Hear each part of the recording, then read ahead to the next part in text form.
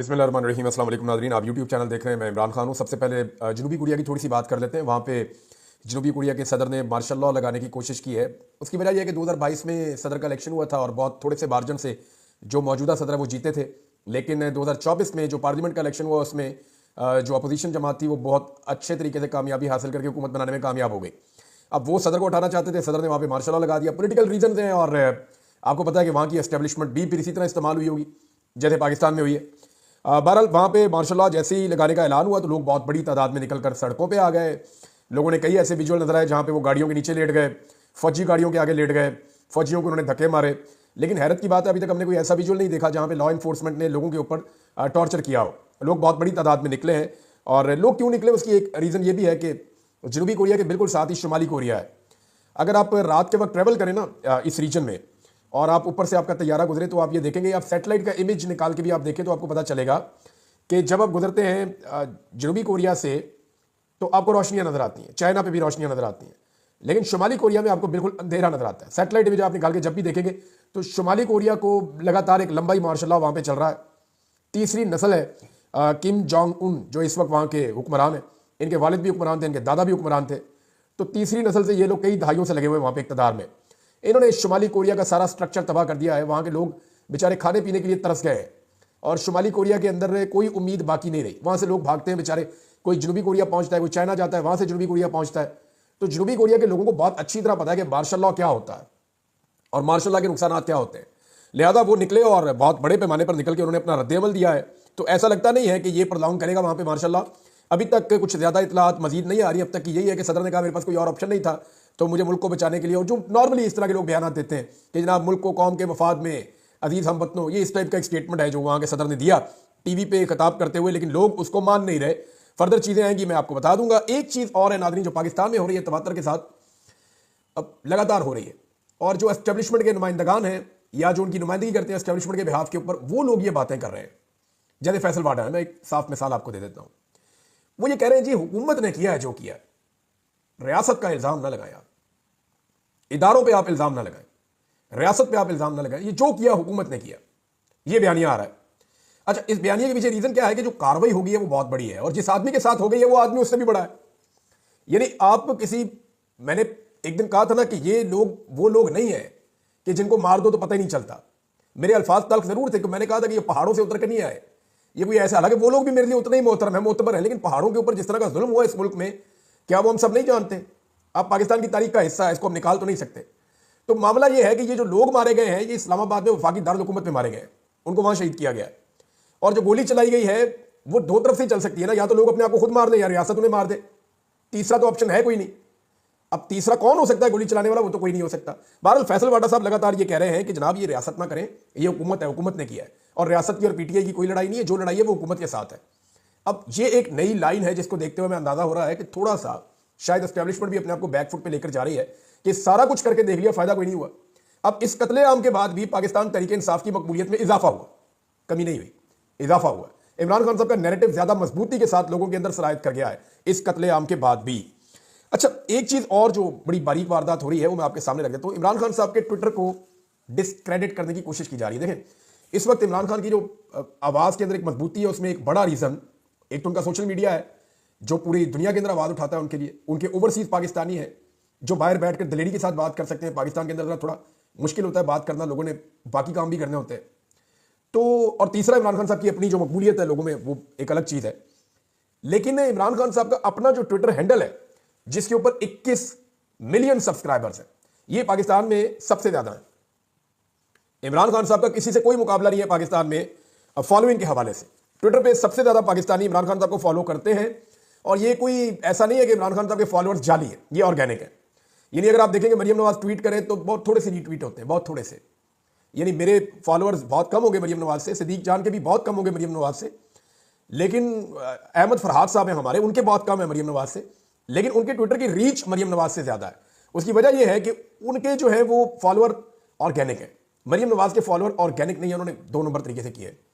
भारत इमरान खान साहब के 21 million followers हैं ट्विटर के ऊपर, और ऑर्गेनिक फॉलोअर्स हैं, और बड़ा लंबे अरसे की उनकी हिस्ट्री है अकाउंट की, तो उसको डिस्क्रेडिट करने की कोशिश की जा रही है। फैसल वाडा ने इसके ऊपर एक स्टेटमेंट दिया, और इमरान खान साहब के ट्विटर अकाउंट को डिस्क्रेडिट करने का मतलब क्या है इसको जरा समझें आप।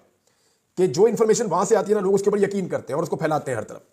तो इसको डिस्क्रेडिट करने का मतलब यह है कि इमरान खान साहब की बात सिर्फ बाहर वही पहुंचे जो बात इमरान खान साहब को जो लोग मिलने के लिए जाते हैं उनके जरिए बाहर आए, और नॉर्मली जिनको इजाजत मिलती है मिलने के लिए उनको कॉम्प्रोमाइज भी करवाया जाता है।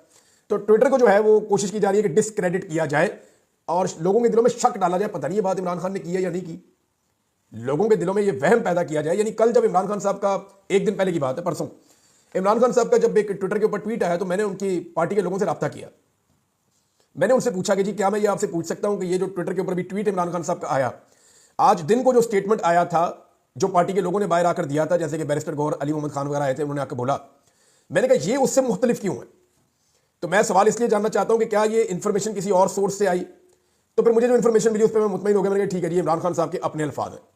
लेकिन इमरान खान साहब के ट्विटर अकाउंट को डिस्क्रेडिट करने की कोशिश की गई और यह कहा गया कि ये इमरान खान साहब के अल्फाज नहीं है। इमरान खान साहब ने वही कहा है जो दिन को बैरिस्टर सैफ ने, बैरिस्टर गौहर ने आके बाहर बताया था। वो इमरान खान साहब का स्टेटमेंट है। ये इमरान खान साहब के ट्विटर के ऊपर जो स्टेटमेंट चल रहा है ये इमरान खान साहब का नहीं है, ये क्लेम किया गया। अब आज जो इमरान खान साहब मिले सहाफियों से और बाकी लोगों से, तो आज का स्टेटमेंट अगर आप उठाकर देखें, एक दिन पहले का, कल का, सॉरी, जो कल का स्टेटमेंट इमरान खान साहब का सहाफियों से मुलाकात के बाद है, उसको अगर आप उठाकर देखें तो आपको आइडिया हो जाएगा कि झूठा प्रोपेगेंडा किया गया। इमरान खान साहब का स्टेटमेंट बहुत करीब है उनके पिछले स्टेटमेंट के साथ जो उनके ट्विटर पे शेयर हुआ था, लेकिन बहुत दूर है उनके उस स्टेटमेंट के साथ जो बैरिस्टर गौहर साहब ने बाहर आकर बताया था। जरा स्टेटमेंट आप सुन लें, आपको आइडिया हो जाएगा। सहाफियों और वकला से जो इमरान खान साहब ने गुफ्तगू की उसमें स्टेटमेंट है, इसके अंदर कोई गलत चीज शामिल नहीं की जा सकती। सहाफी सुन रहे थे, वकील सुन रहे थे।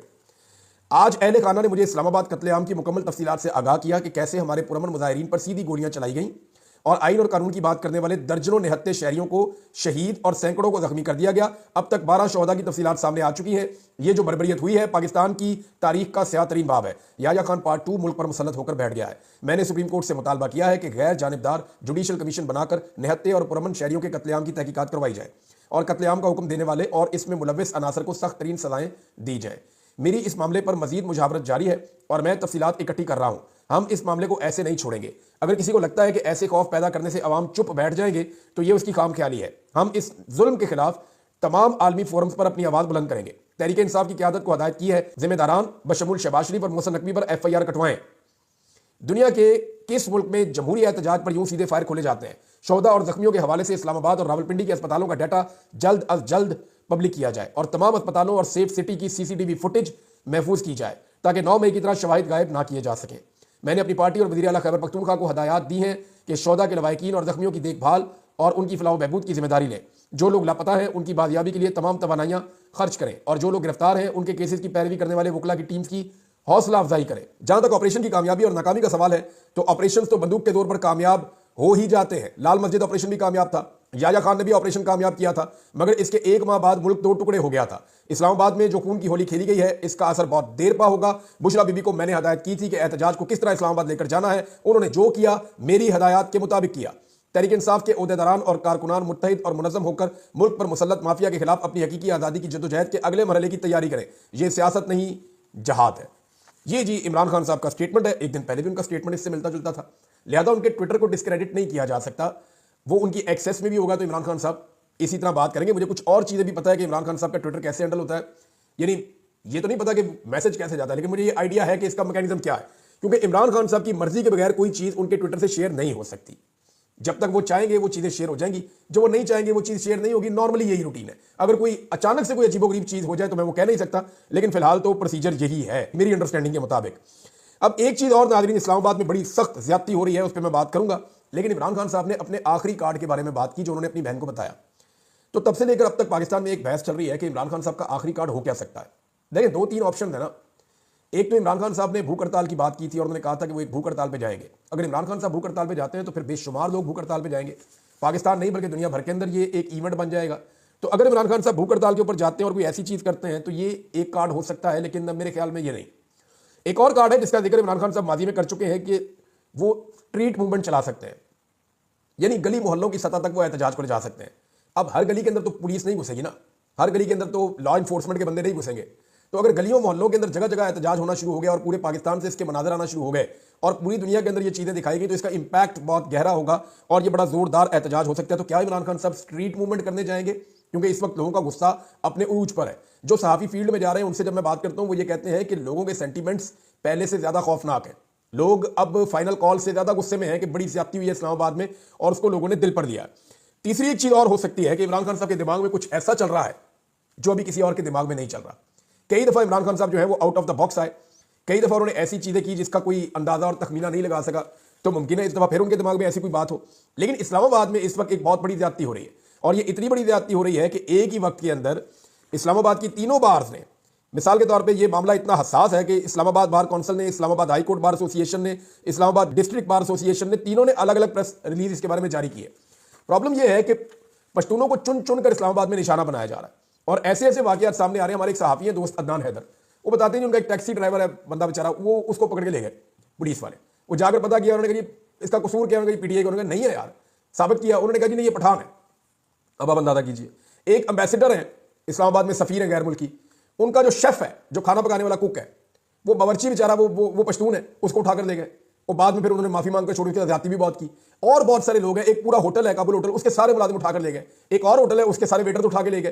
तो जहां जहां पे उनको पश्तून नजर आता है ना, चाहे वो टैक्सी ड्राइवर है, चाहे वो गाड़ी चला रहा है, चाहे वो खानसामा है, चाहे वो कोई छोटी मोटी नौकरी कर रहा है, चाहे वो कोई चौकीदारी कर रहा है, चाहे वो छोटा मोटा कारोबार कर रहा है, किसी दुकान पर बैठा है, किसी होटल में बैठा है, कोई भी है, सबको उठा के गायब कर रहे हैं।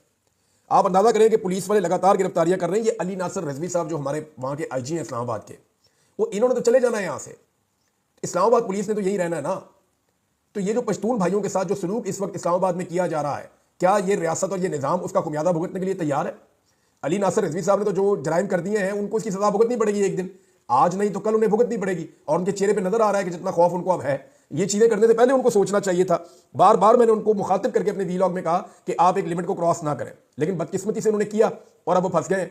अब ये मामला आज नहीं तो कल तो किसी सिरे चढ़ेगा ना, और किसी ना किसी का गला इसमें फिट हो जाएगा। तो नॉर्मली जो होता है ना, वो बड़े बड़े लोग इसमें बच जाते होते हैं, इसी तरह के लोग फंस जाते हैं जिनकी नौकरियां और जिंदगियां खराब हो जाती है।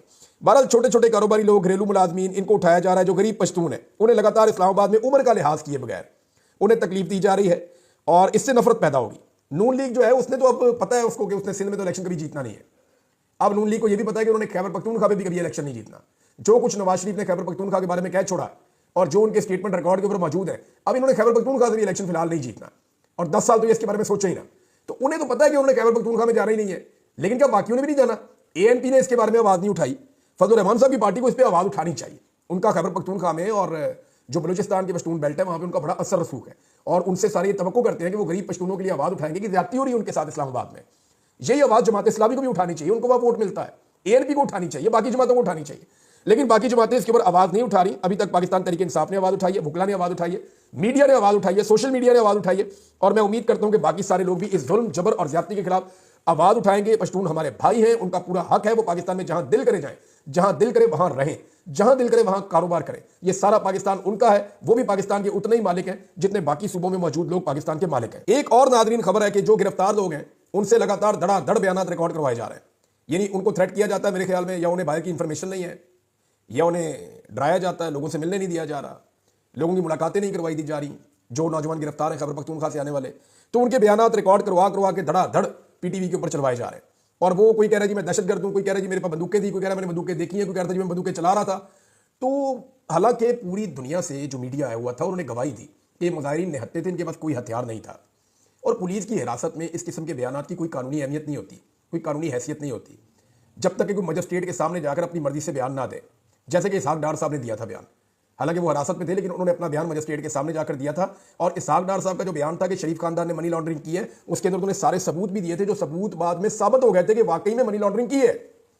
लेकिन यहां पे तो सारी गवाहियां मौजूद है, पाकिस्तान का लोकल मीडिया मौजूद है, जितने इंडिपेंडेंट जर्नलिस्ट फील्ड में मौजूद थे, या जो आलमी सहाफी पाकिस्तान में आलमी इदारों से मुंसलिक सहाफी आए हुए थे, उन सब ने बताया कि जनाब मुजाहिरीन निहत्थे थे, उनके पास हथियार नहीं थे, उनके ऊपर गोली चली है, उन्होंने गोली नहीं चलाई। तो गोली क्यों चलाई, इस सवाल के जवाब में अब जो लोग गिरफ्तार हैं उनको प्रेशराइज करके उनसे स्टेटमेंट लिए जा रहे हैं। लेकिन दूसरी जानिब पाकिस्तान तहरीक इंसाफ का आप कारनामा देखें, मैं हैरान हो जाता हूं। पाकिस्तान तहरीक इंसाफ के पास इस वक्त लगभग 100 से ज्यादा जख्मी लोग हैं जिन्हें गोलियां लगी हैं। ये मैं नहीं कह रहा, ये इंडिपेंडेंट उर्दू की रिपोर्ट कह रही है, ये अस्पतालों से आने वाला रिकॉर्ड कह रहा है, और ये पाकिस्तान तहरीक इंसाफ का अपना क्लेम है कि उनके सैकड़ों लोगों को गोलियां लगी है। सैकड़ों को नहीं लगी तो कम से कम 100 से ज्यादा ऐसे लोग हैं जिनको बुलेट इंजरी आई है। एक अस्पताल का जो पहला इनिशियल रिकॉर्ड आया था, उसी में 30 के करीब लोगों को गोली लगी हुई थी, और दूसरे अस्पताल का अलग है रिकॉर्ड, और बहुत सारे लोग ऐसे हैं जो मरहम पट्टी करके वापस निकल गए थे। अब पाकिस्तान तहरीक इंसाफ की यह जिम्मेदारी होनी चाहिए कि वो अपने जख्मी लोगों से बयानात रिकॉर्ड करवाएं और हुकूमत के बयानात को काउंटर करने के लिए सोशल मीडिया पे और मीडिया पे डालें। वो भी बताएं जनाब ये हमारा जख्मी है, ये जख्मी है, ये जख्मी है, ये जख्मी है, ये जख्मी है, इनके नाम सुने और इनसे पूछें इनको गोली कहां लगी और कैसे लगी। वो भी अपने जख्म दिखाएं और बताएं। तो जो नैरेटिव बनाया जा रहा है ना इस वक्त पाकिस्तान तहरीक इंसाफ के खिलाफ, तहरीक इंसाफ को आइडिया ही नहीं है कि ये कितना खौफनाक है और आने वाले दिनों में इनके साथ क्या किया जाएगा। तो इसी वक्त इस नैरेटिव को काउंटर करना है और जब तक क़यादत संजीदा होकर इसके ऊपर बैठ के फैसला नहीं करेगी तब तक ये मामला आगे नहीं बढ़ेगा। मैं पहले भी अर्ज कर चुका हूं कि जो शहीद हो चुके हैं उनके घर वालों के इंटरव्यूज करें ताकि वो रिकॉर्ड के ऊपर रहें। कल को सूरत बदल भी सकती है। नंबर 1 उनके इंटरव्यूज करें, उनको रिकॉर्ड के ऊपर रखें। नंबर 2 जितने लोग जख्मी हुए हैं उन तमाम लोगों के इंटरव्यू तसल्ली से रिकॉर्ड करें, आधे आधे घंटे के, तसल्ली से उनको सारा कुछ बताने दें और उनके जो पीसी है वो निकाल के सोशल मीडिया पर डालें ताकि रिकॉर्ड रहे कि इन लोगों को गोली लगी है और गोली धरने के अंदर लगी है। लेकिन अभी तक तो फिलहाल इसके अंदर कोई डेवलपमेंट नहीं हो रही। हत्ता कि जो मेरी पास आखिरी इतलात है उसमें सीसीटीवी फुटेज को इमरान खान साहब अब 2 मरतबा ये कह चुके हैं उसको महफूज करने के हवाले से कोई एक्टिविटी पाकिस्तान तहरीक इंसाफ ने नहीं की और ना ही अभी तक मोहसिन नकवी और दीगर के ऊपर एफआईआर के हवाले से कोई कार्रवाई हुई है। हाँ, एक कमेटी बनी है मेरी इतला के मुताबिक। लतीफ खोसा साहब बड़े जबरदस्त लॉयर हैं, ये फौजदारी मुकदमात के, यानी उनकी बाकी सारी चीज़ों की आप काबिलियत एक तरफ रख दें, फौजदारी मुकदमात में लतीफ खोसा जो है वो आप ये समझ लें कि वो एक कानून की पूरी किताब है और उनको बहुत समझ है फौजदारी मुकदमात की। तो अगर उनको आगे किया है तो वो अपनी टीम के साथ मिलकर इसके ऊपर एक अच्छी हिकमत भी बना सकते हैं। लेकिन ये काम इनको अब तक कर देना चाहिए था और जल्दी करना चाहिए था। एक नौजवान जिसे गोली लगी और वो बेचारा वीडियो बना रहा था, उस वक्त उसको गोली लगी थी, अता तारड़ ने उसके खिलाफ वीडियो कर दी। अब उस नौजवान ने दोबारा वीडियो बना के अता तारड़ की पूरी प्रेस कॉन्फ्रेंस का पोस्टमार्टम ही कर दिया।